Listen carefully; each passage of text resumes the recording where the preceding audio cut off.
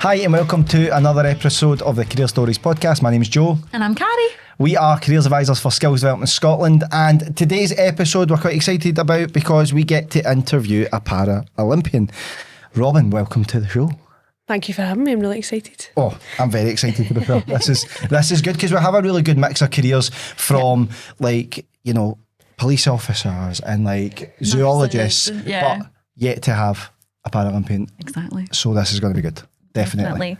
What we quite like to do is we're going to get a chance to kind of really delve into your career, how you got to where you're at and everything like that. But we quite like to start with a slightly easier question. So what I would quite like to know is, what is a non-work hobby that you have at the moment that you're currently kind of is your obsession?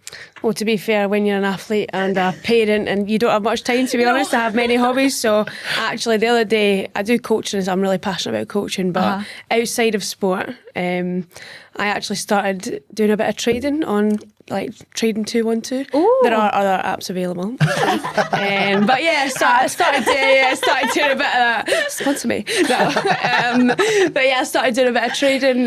Just wanted to get into it, I've been thinking about it for a while. Yeah. Not loads of money. I mean, like you said, I'm a Paralympian, so we're not minted, we're not footballers. But a few pennies in there just to dip my toe in and see what it's like, really. Interesting. Something that you do hear about people speaking about it, and I'm just I feel like it's just right over my head. So I might need to. I'll get your sponsor link after. I know you mentioned about the Paralympian thing and the money aspect, but it is. I think maybe only a few years ago I was shocked at the challenges that Olympians face as the best of the best and potentially that sport, and yet there's some hurdles that have to overcome, and it's quite difficult to commit to because a lot of people might have other jobs and stuff, maybe depending on what they're doing. So yeah, exactly. We're not, well, a lot of people are professional athletes, but a lot of the time we're not, and because we train all the time, trying to say, can I do this job, and can I have these weeks off and this weekend and this camp, and I can't do this and I can't do that away day. So yeah, it's pretty challenging for any athlete to find a quote unquote normal job. Yes. You've got the Commonwealth Games coming up and you're going to be playing on home soil after playing all these different places. Is there more pressure? Are you more excited? How are you feeling about it? Oh, do you know, I think to be able to compete at home, literally half an hour from where I'm from, how crazy is that? And I just think Scotland, no matter what, they'll support you. And that's what I think is, they're not here to glory hunt. The fans get behind you because you're Scottish and they believe in you, and whether you win, whether you lose, they'll be there for you to absolutely make noise and celebrate our success as Scotland. So I'm just so excited to be part of that energy, and I know that Scotland are excited to be part of it too. And I don't know obviously what it looks like in terms of who you'll compete against at the tables, how it works, but is there opportunities you could compete against your friends at some point here? Yeah, definitely. I'm sure there is opportunity, teammates that I'm going to be then a few months later competing at a World Championships with. That's down to the sports psychologist to try and sort that mess out. That'd be so cool. Obviously rooting for Scotland there for yes, sure. 100%. We kind of always like to go from grassroots, really, from school careers advisors for us. I think, we have challenges of helping people understand, what a certain pathway may look like. And obviously these conversations are about that, speaking to people who have done it and been there, but everybody's career journey is slightly different to where they've now in something like you're doing at the moment. So what was your pathway like from school to get to this point? Gosh, a bit bizarre to be fair. I mean, I don't think anyone can just go into a career advisor and say they want to be a Paralympian, because there's quite strict criteria on that one. So sorry about that, guys. But for me, growing up, I didn't actually know about Paralympic sport until I was in my 20s. So growing up in school, that wasn't really an option for me either. I wanted to be a teacher. That's what I wanted to be. I wanted to be a PE teacher. I was obsessed with sport. I loved high school. I don't know if kids these days. Some do. Yeah, they love school. Occasionally. Yeah, I love school. I went to Kyle Academy, big up. Absolutely loved it, and I spent most of my time in the PE department. I was just obsessed, and that's what I wanted to be, PE teacher. Wow.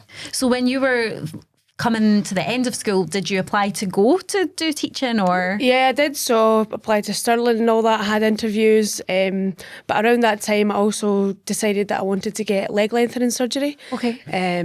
which was quite a big op, so I took a gap year, and in that process, gap year, you know, I listened. A doctor that I spoke to at the time just was like, "Oh, you won't be able to be a PE teacher because, you know, you can't do demonstrations. Obviously, you know, I can walk and everything like that. I can't run very fast at all, but you know, I was pretty good at PE, right? Very good. Got A's and B's and all the practicals and etc. My teachers believed in me. Miss Wilson, Mr. Phillips believed in me, but I listened to this one person that said, "Oh, you can't do that." And from there, after my gap year of getting my leg lengthened and playing on Mario Kart I'm very good at Mario Kart. Playing on Mario Kart back then, what was that, 2008? That summer I went to Magaluf Tea in the Park and then got my leg lengthened. And I decided instead of sport exercise science, I was going to do biomedical science. I wanted to go and work in labs and do all that fun stuff because, you know, the body, you know, the human body sort of interested me a lot. Yeah. So I also loved CSI on telly. Talking about influencers, telly. I loved CSI, so I thought, yeah, you know, I'm pretty good at biology, pretty good at chemistry. That's what I went into. So that's kind of what I decided, and that's what I went to uni and did, biomedical science. Do you not think it's so? I think it is such a thing that you could have 100 people tell you something positive and believe in you, and one person says to you, no, you can't do that. And it is the one that sticks. I wanted to be a midwife. My guidance teacher, he said I couldn't be a midwife. He was like, no, you can't do that. And I was absolutely, I don't know why. I was doing all the right stuff. I actually, looking back as a careers advisor now, I could have done it, but I believed him. And I didn't speak to anyone else about it. I went, well, I can't do it. I'll just not do it. And it does stick with you, the negative ones. So I think it shows how important it is that if someone believes in you, it's so important to share it with people. Like, you can do this, even if the negative ones are easier to definitely on. You know, I think role models are so important, and I think people in power, you know, a teacher, a careers advisor, they've got so much power. You know, that they've got these kids looking at them for advice, for help, and the power of their words is just so important. But like you say, often, like in sport, my teammates will say, "Oh God, wasn't that great when this player did this?" And I was like, "Oh, did you tell them?" "No, I didn't tell them." No. "Oh, well, maybe you should go and tell them." And it's like, it's so easy to be negative, isn't it? But it's so hard to be positive and actually bam each other up. Yeah, and I think that's what's needed, is we do need to do a bit more of that, just bigging each other up and saying, like, what you did there was really good. You'll find, I don't know if it's, I always see it online and it's talking about, like, you know, you've got all these strangers who you'll post something from the gym, you'll post something from doing something that you're proud of, and you'll have these strangers being like, amazing, well done, and then the people who know you, silence sort of thing. So it can be really, like, I think it's something that we should be aware of, is like the power of, like, liking something and bigging something up. It's so important. But how do we go? So you mentioned you obviously really loved sport, right? So what kind of sports were you into when you were younger? How did that come about? Because you mentioned obvious influence. Were people in your family into sport? Like, yeah, so my big sister did gymnastics. I was thinking about that on my way up from my drive from Manchester. My big sister did gymnastics. I think that definitely did influence me a wee bit, seeing how cool that was. You know, she got a lot of attention for it, but just that she was passionate about something. And for me, I played tennis. So in primary school, Jan Collins, this guy, came into my primary school, Forehill Primary, big up. Came to my primary school and delivered tennis when I was 8 years old. And from there, I attended after school down at the Citadel in Ayr. And I just loved it because I loved sport. I loved, you know, I'd be the kid in my room doing keepy uppies with a tennis ball, playing Kirby, kicking the, you know, back in the day when we played outside. Kirby's a really good game. You should try. Is that great game? You know, that was me. I was just obsessed with anything that was ball, racket, just loved it. And that's what I really kind of started doing, was tennis when I was younger. So then you go, obviously you mentioned that the PE teaching idea maybe falls away. You go and obviously do your degree. And then obviously you're here because now you're doing wheelchair basketball at quite a high level. So explain to me that post kind of learning, what happened. Journey. Yeah, so at uni, I played running basketball at uni. Loved it, obsessed.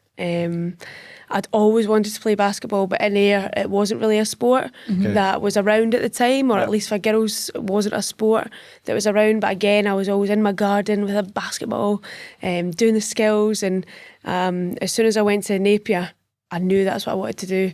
And I just felt like I found my people. More than, again, for me, sport is more than just the putting a ball in a hole. Yeah. It's the community, it's the togetherness. And that's what I really loved about it. And actually, it was 2012 was the first time I'd ever saw wheelchair basketball before, and it was one of my teammates. We lived together in Edinburgh, and she was watching it on the telly, and she was like, "Oh, could you play this?" And I was like, "What is it?" Wheelchair basketball. I'd never, how old was I? I've been 22. I'd never heard of disability sport and never seen disability sport. Yep. And I was just like, "Oh well, it's wheelchair basketball, so you probably have to use a wheelchair all the time, so it's probably not for me." And it wasn't again until one of my teammates was at the bus stop down from my house in Gorgie in Edinburgh, and she's really tall, and I was like, "Where are you going?" She was like, I'm going to play wheelchair basketball." "What are you talking about?" "You're not disabled. You're also not using a wheelchair." "But anybody can play wheelchair basketball." "What do you mean anybody?" So that went on like this. and I was like, "Oh, right, maybe I could try that then." So I contacted Basketball Scotland. Tina Gordon was the development officer at the time for the wheelchair side, the para side, and straight away she snapped me up. I meet with her. She's like, "Right, so what's going to happen is we're going to train every day, and you're going to go down to GB, and you're going to be selected for the Paralympics. You'll be the first Scottish person selected for the Paralympics wheelchair basketball since Sydney 2000. And I was like, "Oh my God." What? I'm just inquiring. It's like one of those inquiries online, and then you've signed a contract. I was just checking. I know. Who's this lady?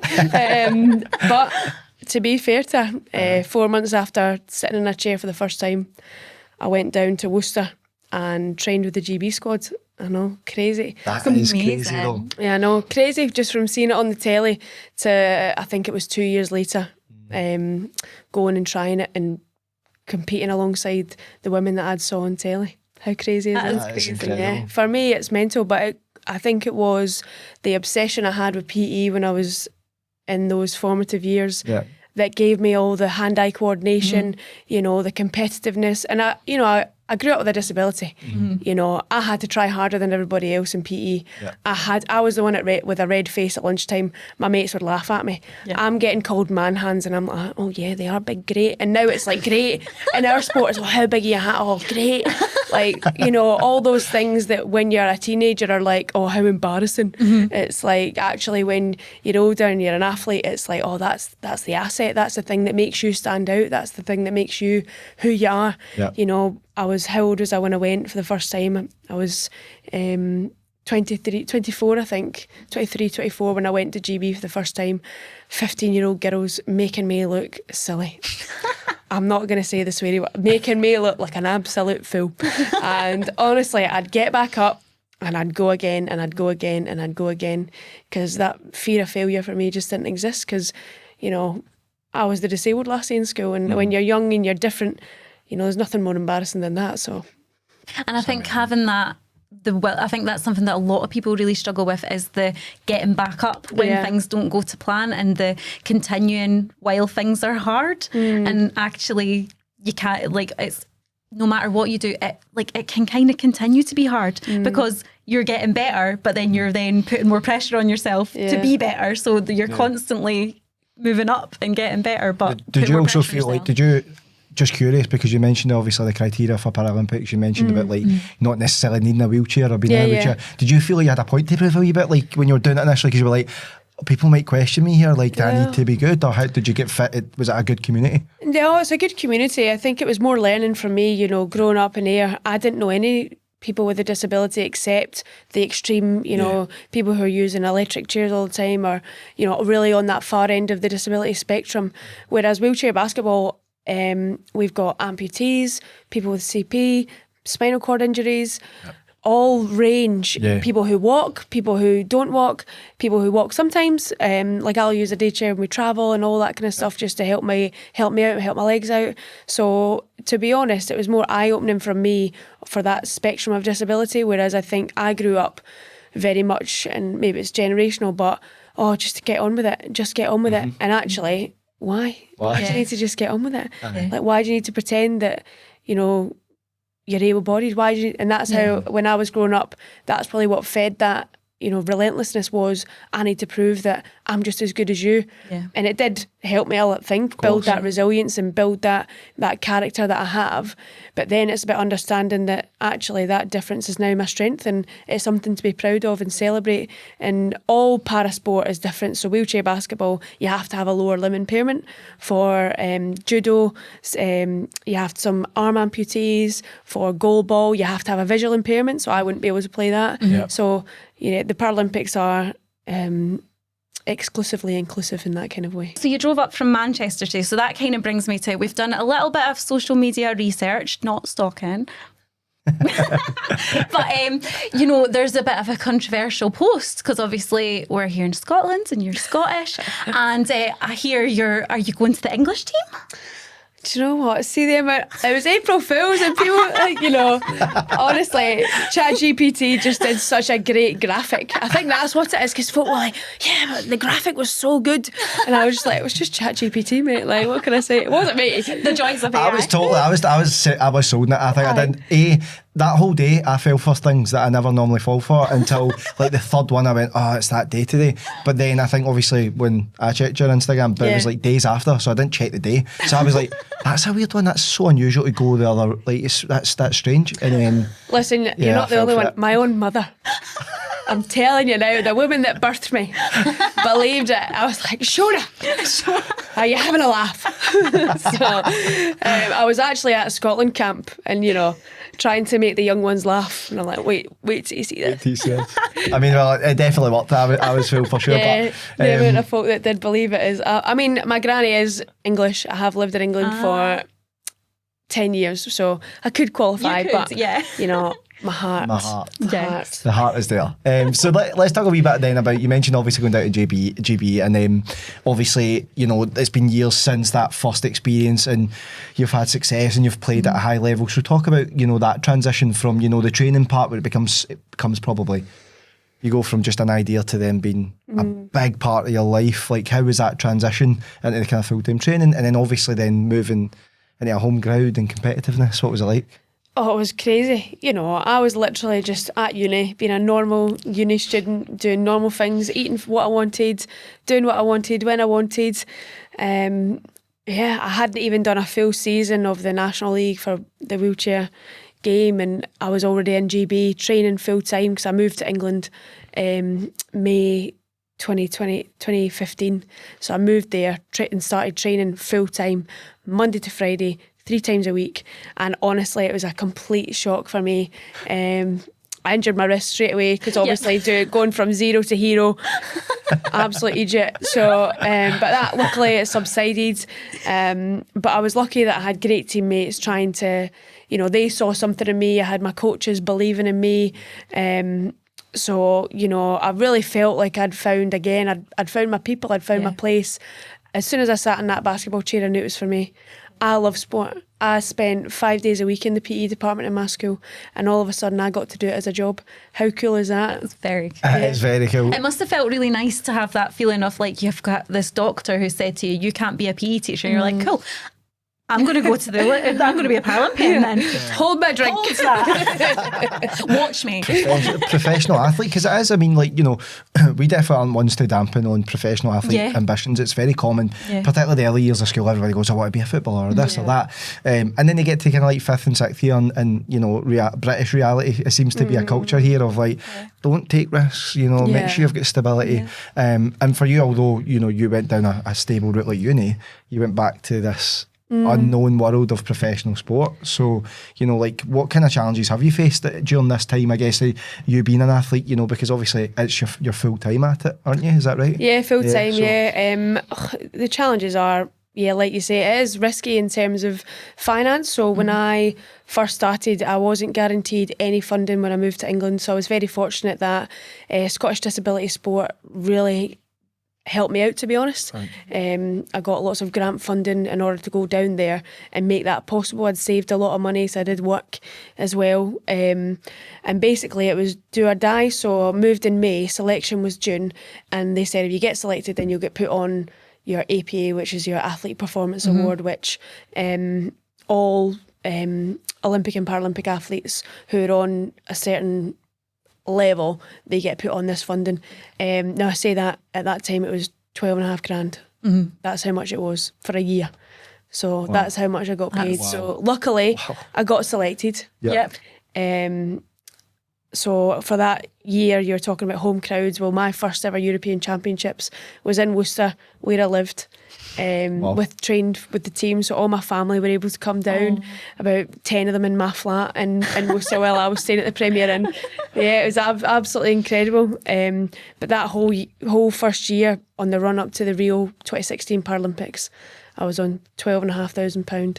No other job, because you're training. Yeah, I trained at 7 in the morning to help the girls who were at uni. So we trained at 7, and then we'd have a break, and then we'd either go to the gym and then train again, or we would go to the gym and then train again. So it would just be something different, meetings, this, that, the next thing. So trying to get a job was near impossible. Yeah. So I was on housing benefit. You know, it wasn't easy. That especially that first year wasn't easy.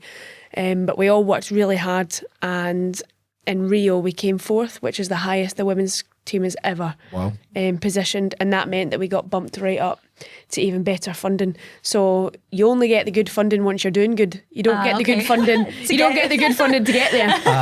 You have to earn it, basically. Yeah, you have to earn it. So luckily, and since then we've been relatively successful. And I say the good funding, it's fluctuated from 20 to 28,000 a year.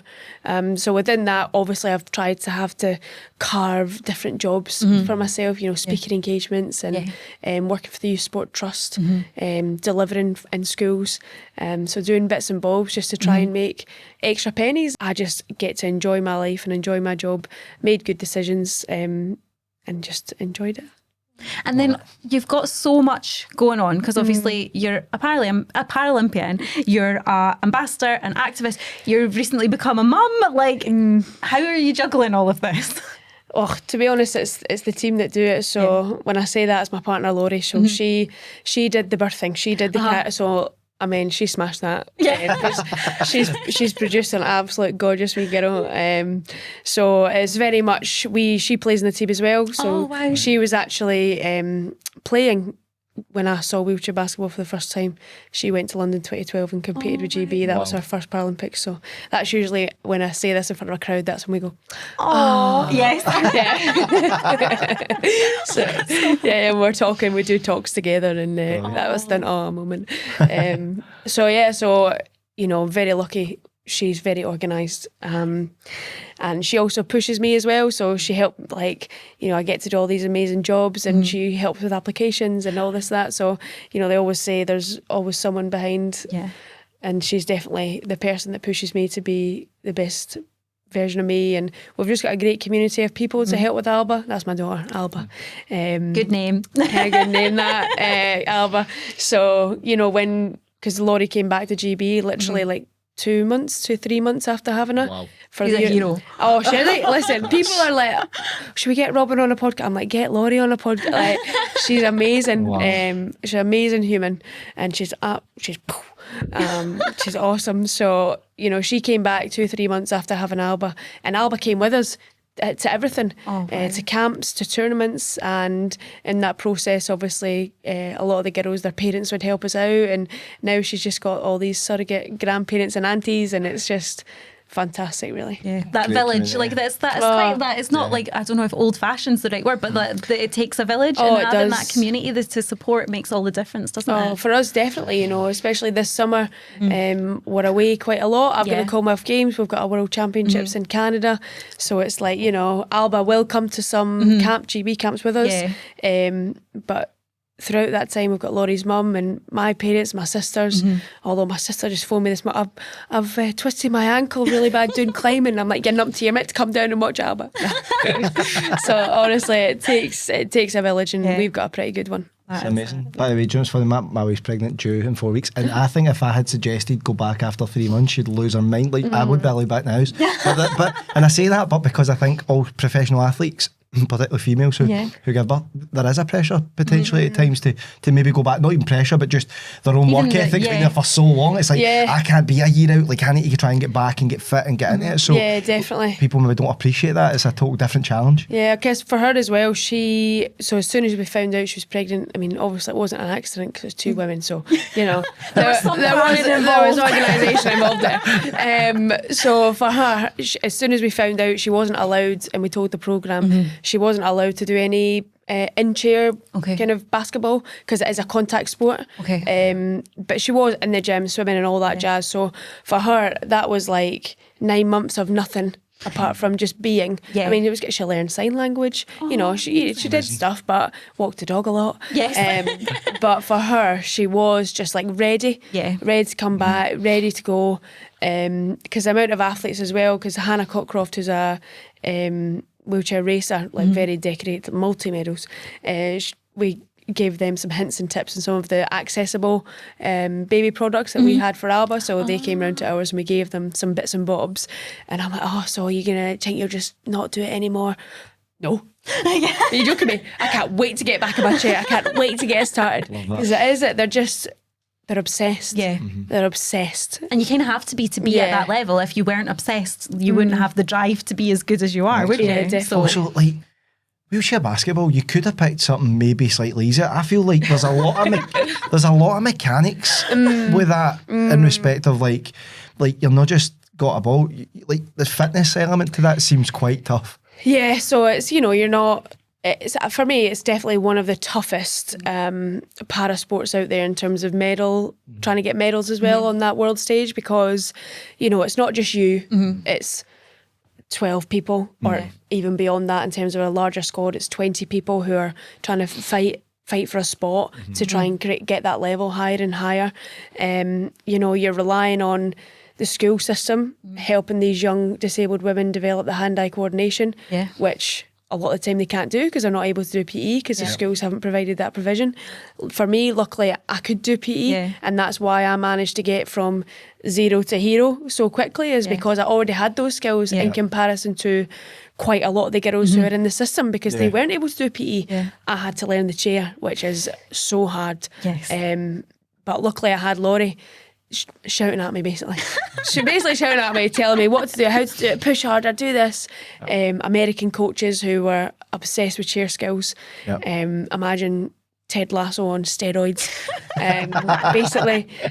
So for me, wheelchair basketball is tough. You know, you've got to be skilled, you've got to have that cardiovascular, you've got to technically, tactically, you've also got to manage your teammates, you know, those kind of relationships. I mean, I'm 35, some of them are 20. You know, you've got to connect, build those relationships, that trust. So a lot goes into it.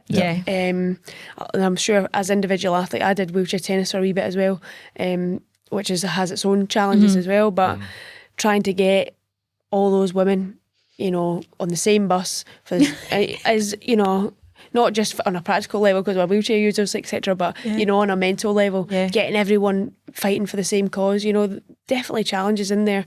But, you know, we have had a lot of success, and I tell you what, wheelchair basketball is the best sport for anybody. Have you tried it? No. Oh my God, it's so fun. I mean, see, I do really want to. It's so fun. Everyone who tries it is, this is amazing. This is amazing. Wow. I'm still uncoordinated though. Like, I feel like I'm literally like I can fall over just walking. No, it's the fitness. I said before, like, I played basketball for the school team for 20 minutes and I was blown out my backside, and that was like 4 months ago. So I couldn't imagine trying to get to the level of fitness that's needed for that. Even for one game, like the upper arm strength, and then like. And then also I need to know how to shoot a basketball and pass it. There's a lot of skill. Yeah, well, I guess you're doing it all sitting down as well, so it's not really, so you probably wouldn't be going fast enough to need cardiovascular in the first instance, so I think you'd be all right. And then weaker arms then, let's play at that then. It levels the playing field though, because I do lots of corporate team days, team building days. So I do lots of stuff like that. And honestly, you've usually got the big guys who are like, yeah, I'm competitive, and they're there, and they're terrible. They're terrible. And then you've got the wee woman or the wee guy, and they're zipping along the court rapid, and there's like, how do they do that? Some people, honestly, the wheelchair, it just levels the playing field completely, and egos just are left at the door. And that's why folk love doing it for a team building day, because it's so humbling, but it just brings your team together, and it's honestly so fun. See, I'm at the point where like I've worked really hard in the gym for the last year to be the same strength as like a 15-year-old boy on his first day at the gym. So like I try my hardest, but like you see them coming in and I'm like with my like twos, like. Don't compare yourself. Comparison is the thief of joy. Yeah, don't do that. But yeah, no, I think that's right though. Like the thought of like, I think like you say that leveling the playing field, and just even the teamwork involved and stuff. I think it would be like. It sounds awesome, to be honest. It is awesome. To bring it especially the idea of corporate. I mean, I never even thought of that. That's such a cool, like, because obviously with corporate they do a lot of team planning days and building days and stuff like that. And who would have thought wheelchair basketball? I know. Oh, it's if fun. we weren't a public sector. Do you want to know a fun story? A fun story. Yes. So you're careers advisors, Yes. right? You teach people how to do job interviews. Yes. Right? Okay. So England football men's team, I've been involved in their recruitment process, right? So they got a company in to do the job at like the recruitment day for their coaches, like England men's assistant coach, like high up. Yeah. So during Gareth Southgate's time, and they think they're going into coach football, but they're not. They're going into coach wheelchair basketball. So they come in I'm at St George's Park, and we're told like, right, just come in at this time, do this so they don't see you, right? So then they come into the indoor football area that they've got there, and all of a sudden they've got 10 wheelchair basketball players that they've got to coach. And the challenge is, do they then think, oh, well, I did basketball in school, so I'm going to get you to do this? Or do they go to the players and say, oh, what do you want to work on? What are you thinking? What's your skill set? And then they've got to then come up with something there and then on the spot. So that's a fun story. That's amazing. And do you know what's funny? Like, that's a real cool insight, because I suppose people just assume, you know, when it comes to like an interview for a managerial position or a coaching position, that, you know, a lot of your credentials is what gets you in the door, but actually there's still like that recruitment, and then and that's putting them outside, because you think about, we've got like lots of young people who are going to college and they're doing college interviews, and if it's for something like a sports or uni, if it's some sort of sports course, quite often they will have to do some form of coaching input to show that they are planning an activity, and they don't always know what the activity is going to be until they get there. I think that's such a good point. I'd love to be a fly in the wall for some of them. Just could imagine. That'd be so cool. So then, obviously, very soon the Commonwealth Games is coming, and I know, was your debut 3v3 Birmingham? Is that right? How long ago was that? So when was that? That would have been 2022. Amazing. So how are you feeling? Because you're ambassador, obviously, for this year, and so what does that include? What kind of things are you having to do leading up to the games? All fun stuff. So I get to meet the people behind the scenes a lot more, which I love. So as people working really hard to make this games happen. Today I'm doing celebrating the volunteers. I also get to do filming. We're doing a bit of filming ahead of the games, you know, social stuff that'll go out. We did the starting of the countdown clock at Glasgow Central Station, which was just awesome. I got to wear a really expensive watch for all of 2 minutes. I was like, don't keep it. Please. You don't need this back. You're sponsoring the event and me. But it was the actual guy's watch who was from the company. So, so I got to do that. So, you know, really cool stuff that for me growing up, never thought possible. The Birmingham was very much the first time 3x3 wheelchair basketball was anywhere. Wow, okay. So it was a new sport, a new setup. So for us as athletes, we really had to wrap our heads around it. It's been around for a few years, so hopefully it's going to starting to get more embedded into these Commonwealth Games, and I actually think it's going to really help grow the sport, especially the women's side, for some nations where they can't get 12 players. Yeah. So, and is 3v3 half court, full court? How's yeah, so it's 3x3. That's right, the 3x3, that's the brand. sorry. Yeah, Apologies. no, it's the FIBA brand. Woke Yeah, up yeah. Cut my mistake out. Good learning moment. Thank you. Yeah. So 3x3, so it's 4 players. Right. 4 players, a half court, 12 second shot clock. Right, okay. 14 second shot clock. God, I feel like I should know that. But we've run it, 12 second shot clock. You have to get, it's like street ball. Yeah. You know, you have to get it out at the 3-point line, back in. So it's really fast, really dynamic, really physical as well compared to 5v5. A lot more like boof, boof, boof. A lot more people falling out. Yeah, I can imagine. I mean, that like 2 wheelchairs hitting each other seems like quite an annoying thing all the time. Like, seems quite physical. It would be sore. Like, I can imagine. Yeah, my temperament wouldn't be good for that, I don't think. Yeah, but you just give it right back. Do you know what I mean? You just give it right back. It's competitive. That's the whole point. I feel like, oh no. You'd learn, wouldn't you? You'd be part of it. You'd be part of it. It seems like you've got quite a lot of heads on you at the moment as well, because obviously, like, I know you're obviously being the athlete, but you're the ambassador here. You're also an advocate for like equality and things. So what does that role? What does that take you? How do you do that? What kind of things you do? What do I do? To be honest, I think the easiest thing is I'm just being myself. Aye. So I think that makes it easier. Like, I don't have to pretend. I don't have to think, oh gosh, what hat have I got on today? I'm just Robyn Love today. That's you know, and that's how I try and be. I just try and be myself, and within that, I get opportunities to speak to you guys and go to these events and manage to fit training around that. The most important thing. But ultimately, I'm here to showcase our sport, to get more people interested in wheelchair basketball, whether it's 3x3, 5-on-5, to promote the games in Scotland. And you know, it's a pretty easy job because Scotland's great, wheelchair basketball's great, and along the way, you know, we do get to talk about serious issues, LGBT, etc. Pride House actually got in contact with me the other day, so if you don't know, at every major games there's a Pride House, so it's a safe space for LGBT players, staff, volunteers, anyone, fans, to go and learn, and also it's just a safe space.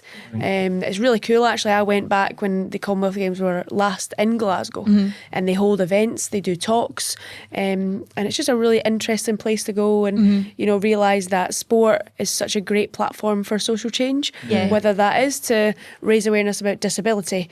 You know, how many times do you, or at least I hear it quite a lot, obviously, because I'm with Laurie, she uses a daycare, and there's a kid and it's like, oh, why is she in that? Why is she, what's that, mummy, what's that? Shh, shh.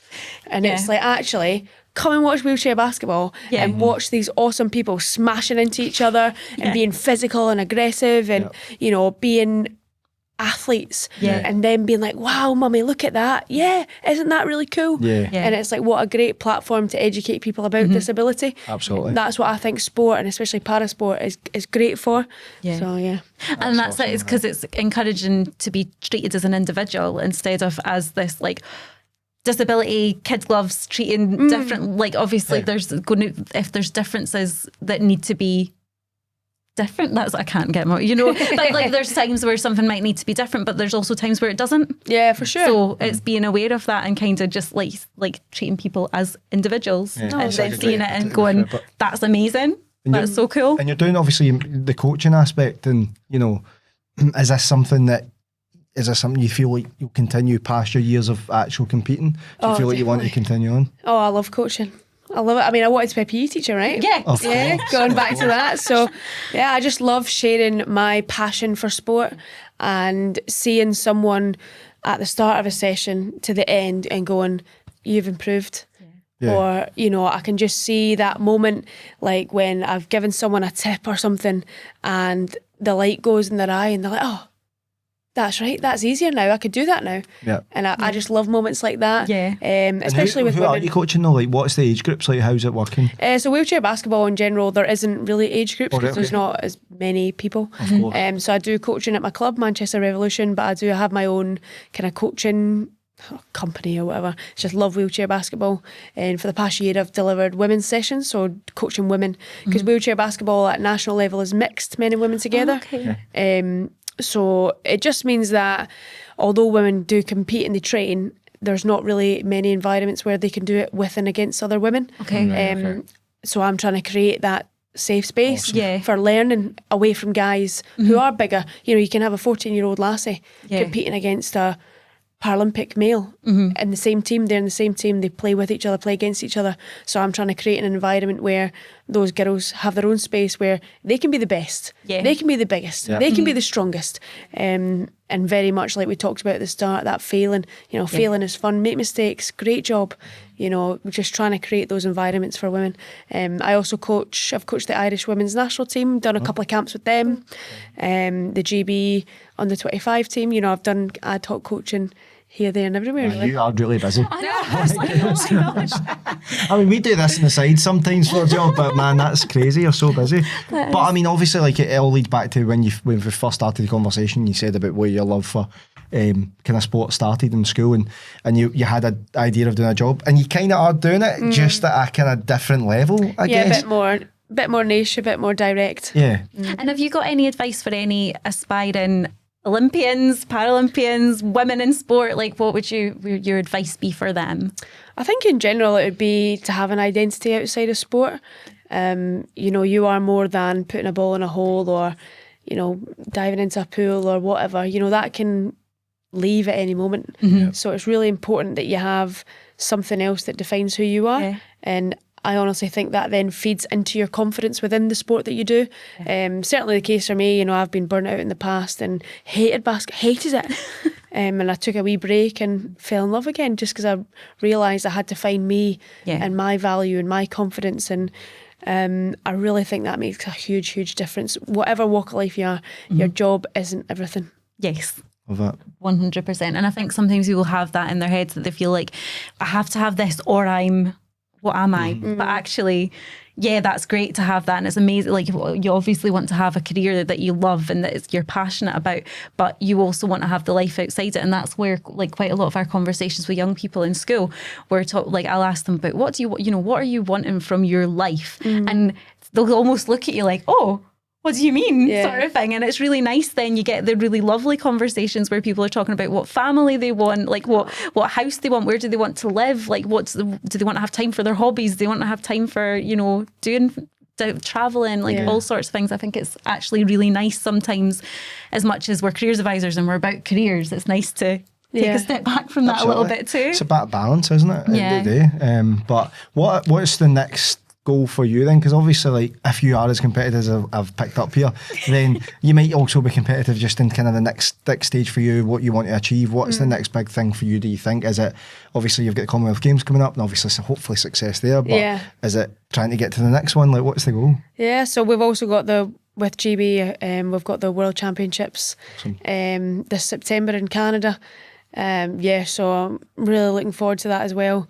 I mean, Commonwealth Games are at the forefront of my mind, and then obviously Canada. So, you know, I hope it's a really successful year. But more than that, I'm also moving house. So I'm hoping that I find the bungalow of my dreams. Yes.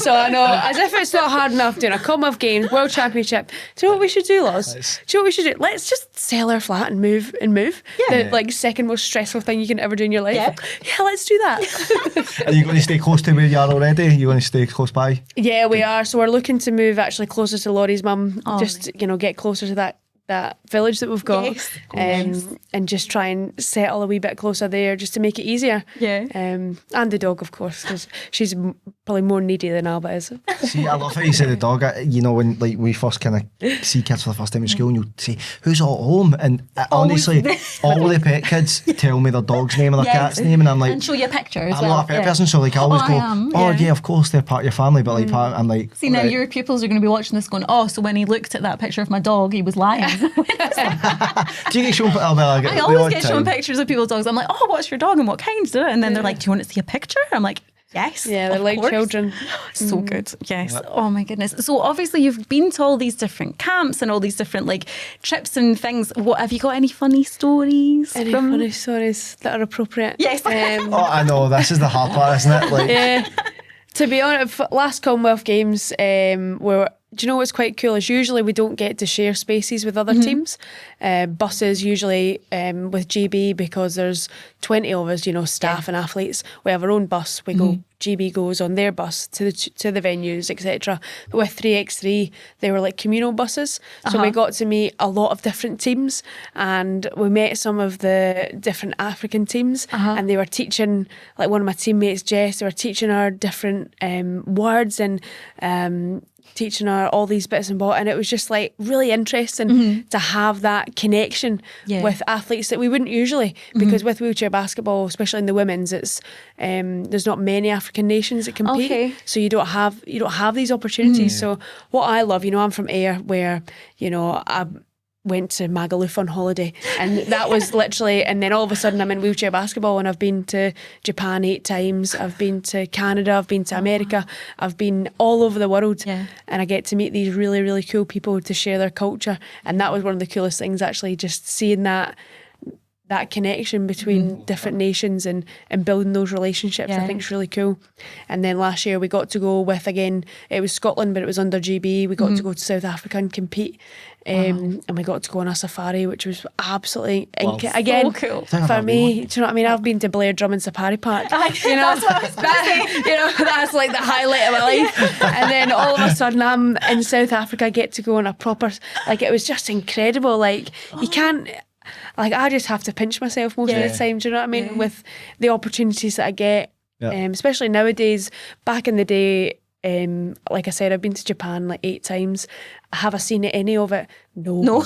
But luckily the culture of sport now is, it's more than medals, it's what else. It's, when you're there, let's spend a few days and explore.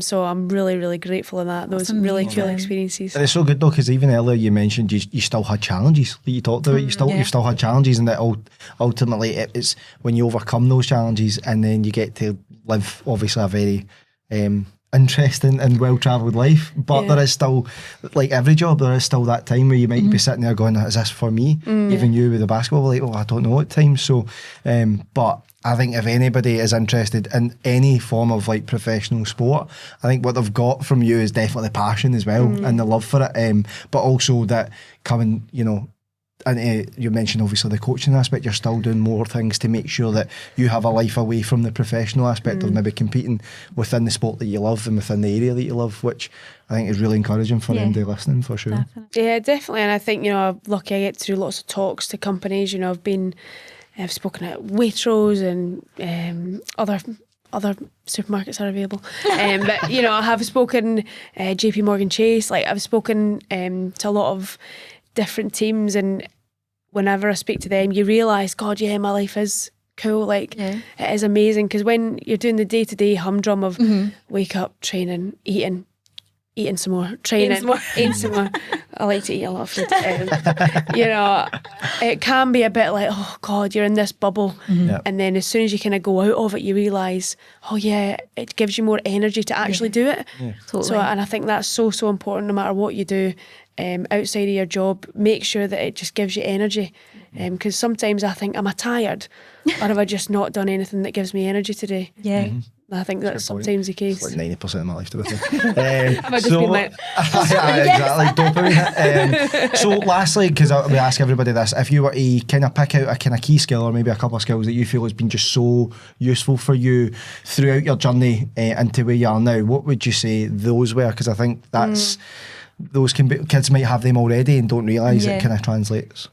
I think for me, I've talked about it in our chats already, is being able to make mistakes and laugh. Yes. In school I was kind of the class clown a wee bit, making people laugh, but I don't care about looking silly. And I think if someone has that skill, they are going to learn so much faster than someone who is just so afraid to make a mistake.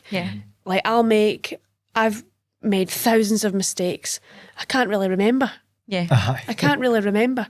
But the reason I was able to go from nothing to in Rio 2016, after, you know, a year and a half of playing wheelchair basketball, I was starting in the game against Canada.